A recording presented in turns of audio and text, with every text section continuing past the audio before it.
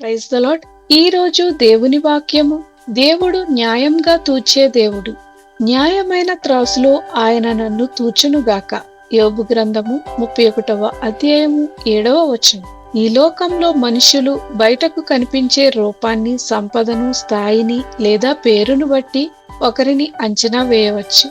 కానీ దేవుడు అలా కాదు. ఆయన ప్రతి మనిషి హృదయాన్ని, ఆలోచనలను, ఉద్దేశాలను, విశ్వాసాన్ని న్యాయమైన త్రాసులో తూచుతాడు.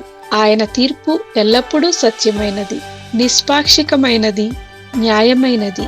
ఈ వాక్యం మన జీవితాన్ని పరిశీలించుకోవడానికి గొప్ప అవకాశం ఇస్తుంది. మన ఆరాధన నిజమైనదేనా? మన మాటలు, ప్రవర్తన, సేవ దేవునికి ఇష్టమైనవేనా? బయటకు నీతిమంతులుగా కనిపించటం మాత్రమే కాదు, అంతరంగంలో కూడా పరిశుద్ధత కలిగి ఉండాలని దేవుడు కోరుతున్నాడు. మన జీవితంలో చిన్న విషయాలు కూడా దేవునికి ప్రాముఖ్యమైనవే.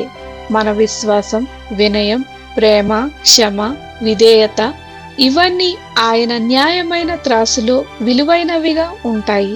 అందుకే ప్రతిరోజు దేవుని సన్నిధిలో మనలను మనమే పరిశీలించుకొని ఆయన చిత్తానికి అనుగుణంగా జీవించడానికి ప్రయత్నించాలి.